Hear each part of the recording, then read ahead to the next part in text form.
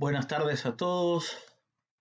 Una vez que han estudiado en las clases anteriores todo lo que tiene que ver con el transporte a través de las membranas, cómo es que se producen especialmente los flujos iónicos a través de las mismas y en virtud de qué, tenemos que pasar a otro nivel a tratar de entender cómo es que se producen los fenómenos de excitabilidad en distintas células, pero sepan que también las moléculas implicadas para la excitabilidad no solo importan para eso, según vieron en las clases anteriores, sino que importan para la mantención del volumen celular y otra enorme cantidad de funciones, es decir, son esenciales para la vida misma.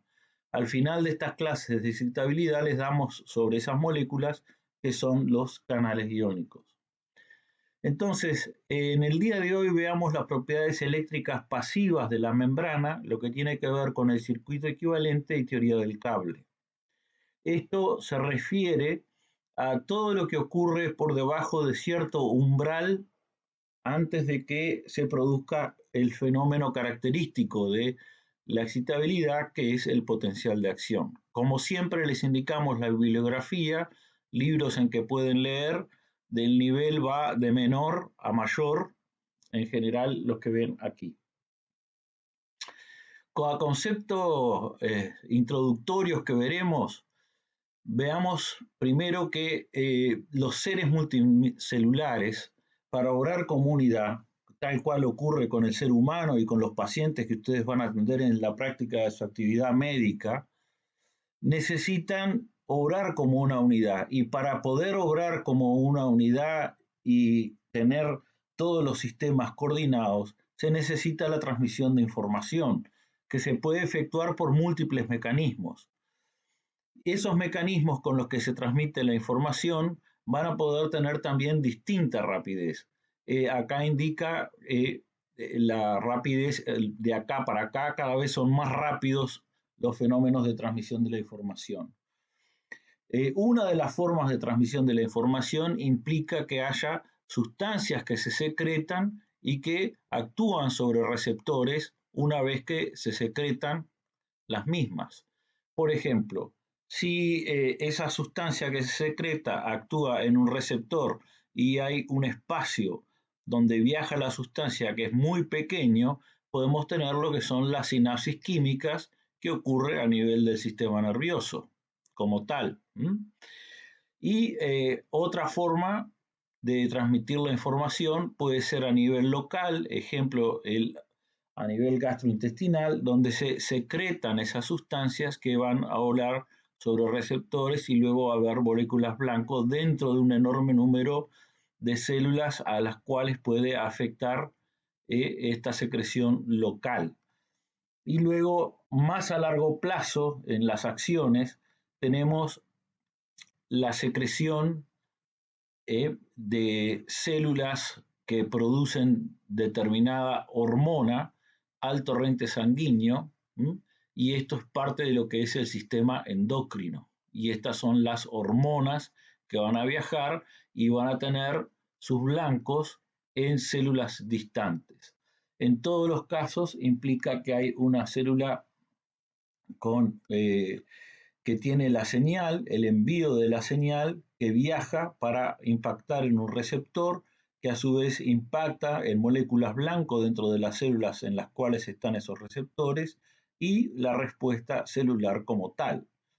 Pero esto es la transmisión que ocurre al final de otras formas de transmisión de la información que pueden ser y que son necesarias que se efectúen con gran rapidez. En tal sentido, por ejemplo, aquí tienen, en el caso de la neurona, como ven acá, ven que tienen el árbol dendrítico, el cuerpo neuronal y luego el axón con los axones presinápticos, y ese potencial de acción debe viajar con cierta rapidez, esas ondas. Entonces, tenemos que entender lo que es excitabilidad respecto a esta forma de transmisión de la información para que luego a este nivel se puedan producir la secreción de neurotransmisores. Sepan también que todos estos fenómenos secretorios que ven acá van a estar involucradas moléculas que van a estudiar en la última clase, que son los canales iónicos, en los fenómenos de acoplamiento, excitación, secreción. Es decir, ninguno de estos fenómenos que ven acá ustedes pueden existir si no están implicados también los canales iónicos. Entonces, la excitabilidad va a ser un cambio rápido y transitorio del potencial de reposo con la capacidad de generar una onda autorregenerativa, que es el potencial de acción, como ven acá.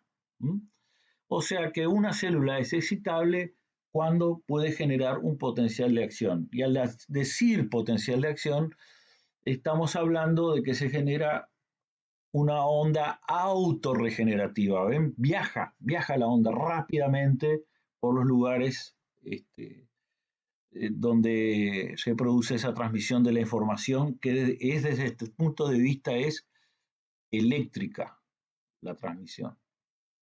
Entonces, inicialmente, las células excitables se entendían como las neuronas y las células musculares, pero en la medida que fuimos progresando para medir otras células, vimos que ese concepto fue ampliado a otras células. Por ejemplo, hay muchas células del sistema endocrino que son capaces de generar también potenciales de acción y por lo tanto también son excitables sin ser necesariamente una neurona o una célula muscular. La base de la excitabilidad que permite esta transmisión rápida para que luego se puedan producir estos fenómenos a distintas escalas de tiempo, tiene que ver con la existencia de permeabilidad selectiva en las membranas biológicas. Ustedes ya vieron la constitución básica en las clases anteriores. Esa permeabilidad selectiva para los distintos iones está dada por los canales, distintos canales que hay en las membranas, e implica también que haya iones alejados del equilibrio electroquímico. Entonces, el entender el mecanismo de generación del potencial de acción fue un evento que marcó historia en la medicina y en la biología. Fueron hechos por Hawking y Huxley en 1952 y tuvo un impacto tan grande que desarrolló básicamente muchas áreas en lo que tiene que ver en las ciencias biomédicas. Se diría que muchas veces se considera a este trabajo como uno de los trabajos seminales, iniciales, de lo que es la biofísica respecto a conceptos electrofisiológicos de la misma.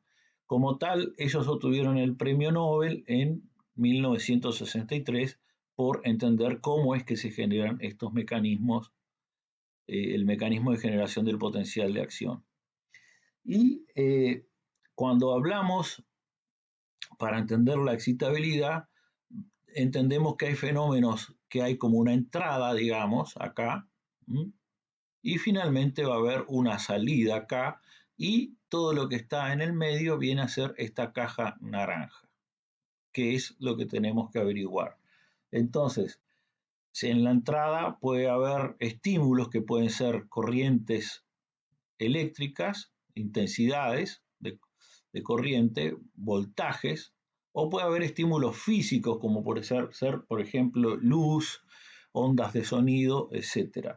Todo eso va a ser procesado por no solo una neurona, sino que por bloques o circuitos neuronales que van a estudiar con nuestros compañeros de neurofisiología en CBCC3, y luego de ese procesamiento tienen una salida de la información en forma de voltaje o corriente. ¿Por qué están invertidos acá? Porque cuando ustedes estimulan con corrientes iónicas, sus salidas se ven como voltajes, y cuando estimulan con voltajes, sus salidas se ven como corrientes, y eso lo van a ver en el transcurso de estas clases. Entonces, algunas cosas que tienen que tener en cuenta para y vamos a repasar brevemente para poder entender la base de la excitabilidad. Uno es la ley de Nernst. Para el ion X, este es el potencial de equilibrio electroquímico para el ion X, es igual a el RT dividido ZF, siendo Z la carga de dicho ion, por el logaritmo neperiano del cociente entre la concentración extracelular del ion X y la concentración intracelular de dicho ion X. Entonces, el ion X va a tender a llevar al potencial de membrana al potencial de equilibrio electroquímico. ¿Por qué? Porque el potencial de equilibrio electroquímico es el equilibrio termodinámico. Y como sabemos, todas las cosas tienden naturalmente hacia el equilibrio. Entonces, fíjense que para las concentraciones intra y extracelulares que hay, la concentración intracelular de estos son los distintos iones que van a poder atravesar la membrana por distintos canales iónicos presentes en las mismas, que son selectivos para ellos. Vamos a tener que el potasio adentro de la célula está en 155 milimolar, en cambio afuera 4. El sodio 12 y 145, y el cloruro 3,8 adentro y 120 afuera. Esto da estos potenciales de equilibrio electroquímico que ven acá. Por lo tanto, si uno vuelve la membrana muy permeable al potasio, estas permeabilidades se vuelven despreciables frente a la del potasio y mi potencial de membrana tiende a tomar el valor del potencial de equilibrio electroquímico al potasio. Si yo vuelvo mi membrana muy permeable al sodio, esto se vuelve despreciable frente al sodio y entonces la membrana tiende a tomar el valor del potencial de equilibrio electroquímico del sodio, que es de alrededor de más 60, como pueden ver. Hacia los años 40 se hizo la deducción de las ecuaciones que explican el porqué de esta fenomenología intuitiva que recién les comenté. Esta es la segunda ecuación de Goldman, Hawking y Katz, quizás la hayan visto en las clases anteriores, pero básicamente es una combinación de las permeabilidades y las concentraciones extra e intracelulares de los principales iones. Entonces podemos ver que el potencial de membrana que tiende a haber a través de esta membrana acá es igual a RT dividido ZF por el logaritmo neperiano de el producto de las permeabilidades por las concentraciones. En los cationes vieron que van las extracelulares arriba, para el anión va la intracelular arriba, dividido el producto de permeabilidad por las concentraciones en el otro compartimento. Esta ecuación se llama la segunda ecuación de Goldman, Hawking y Katz, y fue deducida por estos biofísicos pioneros en electrofisiología hacia fines de los años 40, 1948 por ahí, 49. Entonces, esta ecuación permite entender lo que les dije recién. Fíjense que si la permeabilidad del potasio y al cloruro es despreciable, todo esto me tiende a esto que está acá simplemente, y permeabilidad de sodio se me van, entonces el potencial de membrana tiende a tomar una forma que vemos acá y que me recordaría a un X con sodio. O sea que el potencial de membrana tiende al potencial de equilibrio del sodio, que como vimos es más 60. Si volvemos la membrana muy permeable al sodio, eso es lo que ocurre. Si volvemos la membrana muy permeable al potasio, en cambio, esto se vuelve despreciable y esto se vuelve despreciable, y ocurre la misma fenomenología, pero ahora tendemos a menos 92. Y eso es la base de la excitabilidad, ¿se dan cuenta? Porque si yo prendo la permeabilidad al potasio, me acerco a un potencial negativo que está muy próximo al potencial de reposo, como ustedes ya vieron. Pero si yo prendo la permeabilidad al sodio, al menos transitoriamente, voy a originar una depolarización rápida y transitoria, que va a terminar originando esa onda de potencialización. Tengo que prenderla y apagarla rápidamente a esta permeabilidad para poder producir esas ondas como van a ver ustedes. Una forma de ver esto con un análogo eléctrico muy sencillo sería escribir la ecuación de la corriente de sodio como el producto de conductancia por una diferencia de voltaje que se llama fuerza impulsora, potencial de membrana menos potencial de equilibrio electroquímico. Ahora vamos a ver esto en la siguiente slide para que les entiendan qué quiere decir. Y la corriente de potasio como el producto de la conductancia del potasio por la fuerza impulsora del potasio. Si el potencial de membrana se mantiene constante, quiere decir que estas corrientes, no hay corriente neta a través de la membrana. La suma de estas corrientes va a ser igual a cero, que es lo que ven en este esquema que se ve acá. Entonces, hagan esto como ejercicio en la casa, sumen estas dos y despejen BM desde acá y van a ver que BM es igual al producto de la conductancia del sodio por el voltaje de equilibrio electroquímico del sodio más la conductancia del potasio por el potencial de equilibrio electroquímico del potasio dividido la suma de ambas conductancias. Si yo vuelvo todo con mucha conductancia, que es un fenómeno muy similar a la permeabilidad de la membrana al ion, si la conductancia del sodio se vuelve muy importante, o sea que hay mucha permeabilidad del sodio, Bm tiende a Vna, que es el potencial de equilibrio electroquímico del sodio. Si en cambio ahora hago que la conductancia del potasio sea muy importante, Bm tiende a Bk, que es el potencial de equilibrio electroquímico del potasio.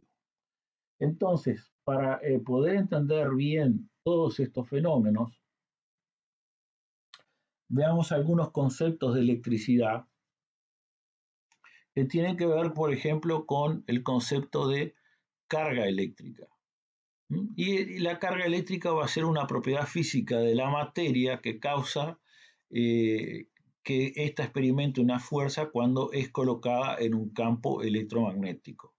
Es igual a la relación de la fuerza que experimenta esa carga de prueba en el campo electromagnético dividido el campo electromagnético. Ambos son magnitudes vectoriales. Acá se puede ver lo que ocurre para una carga positiva y para una carga negativa. Recuerden que hay dos tipos de cargas eléctricas, positivas y negativas, y que podemos representar lo que ocurriría con la carga de prueba en este campo electromagnético con las líneas de fuerza. Cuando son del mismo signo se repelen. La carga de prueba la asumimos como una pequeña carga positiva. Por lo tanto, con esta carga positiva generando el campo habría una repulsión, o sea que se iría hacia afuera. En cambio, con esta carga negativa vendría hacia acá. Entonces, como pueden ver en esta ecuación que tenemos acá para el campo eléctrico, eso es fuerza dividido la carga de prueba, que es Q0. Ahora, esto nosotros también podemos deducir que se puede representar como el producto de una constante en donde se encuentran estas cargas que tienen que ver con la capacidad de generar el campo electromagnético y de que se propaguen en las mismas, es la constante dieléctrica, se llama, por la carga dividido la distancia al cuadrado. O sea que acá lo ven fácilmente, el campo eléctrico es igual al producto producido por una carga puntual, es igual al producto de una constante, que ya vimos lo que es, por la carga dividido la distancia al cuadrado. Entonces, siempre que hay cargas, va a haber campos eléctricos y va a haber, se van a someter a fuerzas las cargas que entren dentro de dichos campos eléctricos. Por lo tanto, necesitamos una magnitud que me indique cuál es la energía que se produce cuando se traslada una carga adentro de ese campo eléctrico en virtud de esa fuerza que están experimentando continuamente. Entonces, esa magnitud que mide el trabajo por unidad de carga dentro del campo eléctrico es lo que denominamos voltaje. En cierta medida viene a ser una medida como de una energía potencial eléctrica, digamos. Por lo tanto, las cosas van a tender a ir desde donde hay más voltaje a donde hay menos voltaje y se va a producir un flujo de cargas por unidad de tiempo del diferencial Q dividido diferencial T. Y es esto que ven acá como diferencial Q, diferencial T, va a ser la corriente o intensidad, corriente eléctrica o intensidad que ahora vamos a ver. Cuando hay un dispositivo que genera ese voltaje a partir de reacciones químicas, por ejemplo, u otros fenómenos, y lo está generando continuamente, a eso le llamamos una fuerza electromotriz. Y el voltaje se va a medir en volts, así como la carga se va a medir en coulombs. Acá están las unidades en que miden cada cosa. La intensidad de corriente se puede escribir como la derivada primera de la carga respecto al tiempo, diferencial Q sobre diferencial T, quiere decir eso. O, si prefieren una notación porque les entrevera el término derivado o lo que sea, viene a ser la cantidad de carga que pasa por una determinada sección del medio conductor de determinada área en cierto periodo de tiempo. Y eso se va a medir en amperes. En los cables, los portadores de carga van a ser los electrones y en la biología son los iones. Y en general se admite que la carga que circula es positiva para poder tener todas estas convenciones más fácilmente. O sea que yo traslado cargas positivas de donde hay más voltaje a donde hay menos voltaje. Más allá de que puedan ser flujos con cargas negativas, que se producirían en sentido inverso. O sea que siempre asumimos en la carga eléctrica que hay cargas positivas trasladándose más allá del signo real y del transporte real que se produzca. Entonces, lo que nosotros vamos a tener como consecuencia de todo esto, cuando se conectan dos puntos a distinto voltaje y hay cierta corriente eléctrica, el medio en el cual se propagan esas cargas por unidad de tiempo va a ofrecer cierta dificultad al pasaje de la corriente. A esto nosotros le denominamos resistencia y eso va a ser la relación entre la diferencia de potencial dividido la corriente eléctrica. Esta es la diferencia de potencial y acá pasa la corriente eléctrica. Si yo hago la relación de esto dividido la cantidad de cargas que pasa por unidad de tiempo que estoy midiendo, ¿qué dificultad ofrece este medio al pasaje de esa corriente eléctrica? Eso es lo que denominamos resistencia y que se mide y vemos que se mide en ohms. Así que el delta B que está acá va a ser la diferencia de potencial entre 1 y 2. Nosotros podemos aplicar a un circuito que tenga solo una resistencia un pulso de corriente como entrada, asumiendo lo que vimos hace un momento como fenómenos de entrada-salida, y acá para que puedan comprender esto más fácilmente. Entonces, si aplicamos como entrada a un circuito que tiene solo una resistencia, una corriente, por la ley de Ohm lo que se va a ver es un voltaje con otra escala, voltaje en función del tiempo también, ¿sí? Pero se reproduce. Lo único que cambia es la amplitud. Se reproduce la forma de la onda, solo cambia la amplitud si es que hay solo una resistencia. Ahora, fíjense que acá nosotros tenemos que en lugar de expresar la dificultad al pasaje de la corriente, podemos usar la medida inversa de la resistencia, que es la facilidad con la que pasa la corriente, y eso es la conductancia que se mide en Siemens. Por lo tanto, la ley de Ohm, delta B igual R por I, yo ahora la voy a poder escribir, teniendo en cuenta todo esto. Fíjense que yo puedo pasar la I a este lado y paso la R acá. Acá me queda 1 dividido de R. Entonces, I es igual a G por delta V. Esta es la ley de Ohm escrita con la conductancia. ¿Y qué es esto que está acá?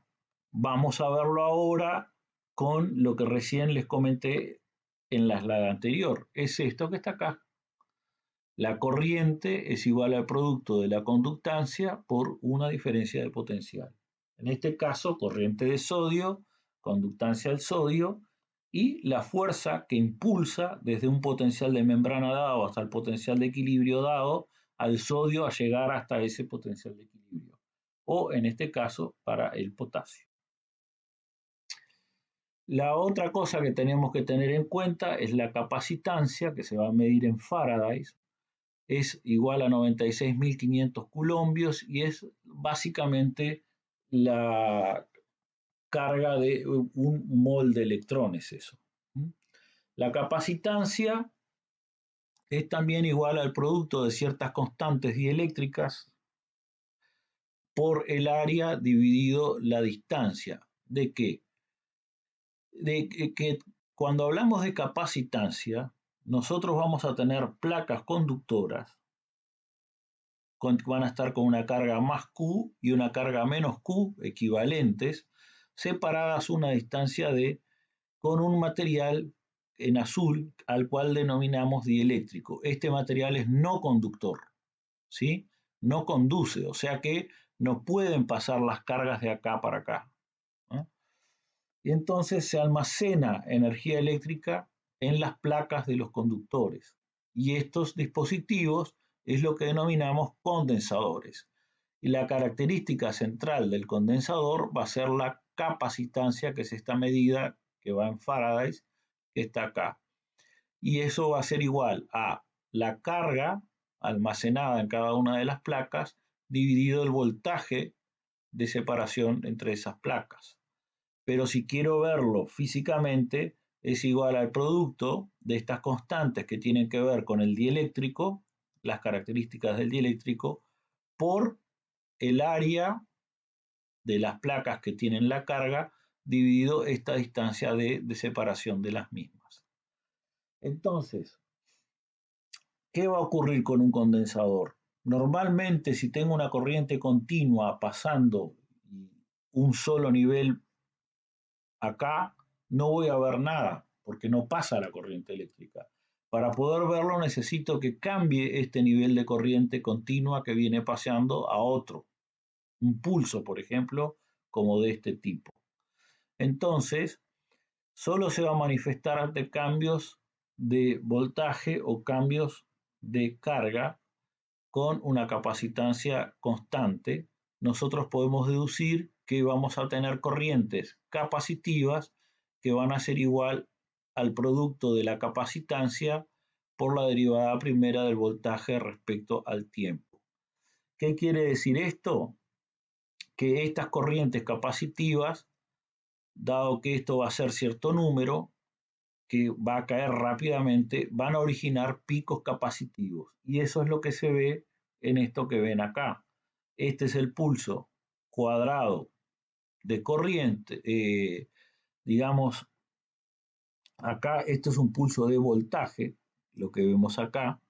Y acá lo que vemos básicamente es lo que ocurre con la corriente a ese nivel. Y acá podemos ver que a pesar de que acá, digamos, que el voltaje va como diferencial B o como diferencial T, se produce igual un pico capacitivo de corriente relacionado con este producto que vemos acá. Y esa corriente que se ve acá se puede calcular con esto. Cuando la corriente se estabiliza totalmente, fíjense cómo básicamente deja de pasar corriente por ese condensador. Entonces, siguiendo con todos estos conceptos que estamos viendo, veamos lo que tiene que ver con las respuestas de la membrana frente a lo que son estímulos de corriente, lo que denominamos clampeo de corriente. Es decir, que nuestros pulsos van a ser de corrientes y vamos a ver las respuestas como voltaje en la membrana. Entonces, estos pulsos de corriente van a poder llevar a la membrana por debajo de un umbral, y ahí hablamos de respuestas subumbrales o propiedades pasivas de la membrana, o pueden superar cierto umbral, y ahí hablamos de respuestas supraumbrales de la membrana. Acá tenemos como ejemplo una neurona, acá hay un amplificador y un osciloscopio, y acá hay electrodos para medir qué ocurre con la diferencia de potencial. Al principio, digamos que tenemos este electrodo también ubicado en el medio extracelular, y entonces, como los dos están ubicados en el mismo medio, la diferencia de potencial entre uno y otro va a ser cero. Los dos miden la misma energía, básicamente eléctrica, cuando están ubicados acá. Cuando este electrodo entra adentro de la neurona, se produce un salto repentino y vemos que comienza ahora a medirse una diferencia de potencial entre el interior y el exterior, y ese potencial de membrana mantenido cuando no hay ninguna estimulación es lo que denominamos potencial de reposo. Esto no es solo característico de las células excitables, sino que todas las células del organismo lo presentan. Eso ya les indica que los fenómenos que estamos viendo lo exquisito de los fenómenos al máximo, que vienen a ser la manifestación en las células excitables, pero las moléculas implicadas para estos fenómenos están en todas las células del organismo manteniendo este potencial de reposo que ven acá, y van a ser centrales como tal para la vida. Entonces, nosotros tenemos que este par de electrodos mide, pero podemos inyectar otro par de electrodos con los cuales demos estos pulsos de corriente y midamos como salida estos voltajes. O sea que esta es la respuesta a estos pulsos de corriente. Entonces, podemos ver que no es igual. Entonces, eso indica que no hay solo una resistencia y que tiene que haber otro elemento para considerar lo que ocurre en la respuesta de las membranas de estas neuronas, al menos mientras no superamos cierto umbral. Estos potenciales se denominan potenciales electrotónicos. Ahora, fíjense que los pulsos son de corriente saliente, están hacia arriba, o sea que son positivos, y que los pulsos de corriente entrante serían negativos. Los pulsos de corriente salientes originan despolarizaciones de la membrana y van a originar respuestas graduadas. Cuanto mayor sea el pulso, más voy a tener como depolarización acá. Hasta que finalmente, si ese pulso supera en la respuesta de la membrana cierto número llamado umbral, cierto potencial va a ser que es el umbral, se produce un cambio absoluto de la membrana y se genera otra respuesta supraumbral que es breve y transitoria, y es lo que caracteriza a la excitabilidad, o que esto se va a autorregenerar y viajar, y esto es el potencial de acción. Entonces, una vez que vimos todo esto, veamos que uno puede tener un análogo eléctrico de las propiedades subumbrales de la membrana. En la clase de hoy nos vamos a concentrar en todo lo que tiene que ver con las propiedades subumbrales de la membrana. Y como tal, la reproducción de esta respuesta que ven acá implica que tiene que haber una resistencia, pero con una capacitancia en paralelo. Es decir, que la corriente saliente que viene por acá tiene como alternativa irse por este lado, las cargas positivas que vienen por acá pueden o irse a formar parte de la placa de almacenamiento de cargas en el condensador de la membrana, o pueden irse por acá y pasar por la resistencia. Todo esto se vio a principios de 1900 y ya me indicaba que debía haber algo que respondiese físicamente a estas estructuras. A esto de la capacitancia de la membrana, podemos ver que hay una estructura que responde a que sea así, que son la bicapa lipídica con los fosfolípidos de membrana. Fíjense que acá van a estar cargados por las cabezas de los fosfolípidos, tanto en el medio intracelular como en el medio extracelular. Y este medio acá es un dieléctrico, por acá no van a poder pasar iones. La chance de que pasen iones acá es prácticamente cero, es termodinámicamente imposible, por lo cual deben existir moléculas que son proteínas transmembrana, que son selectivas y que permiten el pasaje de los iones a través de las mismas, en función de llegar a los potenciales de equilibrio electroquímico, o sea que es un transporte pasivo el que ocurre a través de estas proteínas, y estas le llamamos canales iónicos y se van a estar representando por esta resistencia de membrana. A estos dos elementos en paralelo debemos agregar que normalmente las células van a tener un potencial de reposo y eso se manifiesta con esta fuerza electromotriz que se representa así. El lado negativo se pone como una barra chica y el lado positivo como una barra grande. Y este es el potencial de reposo, que es la fuerza electromotriz presente acá.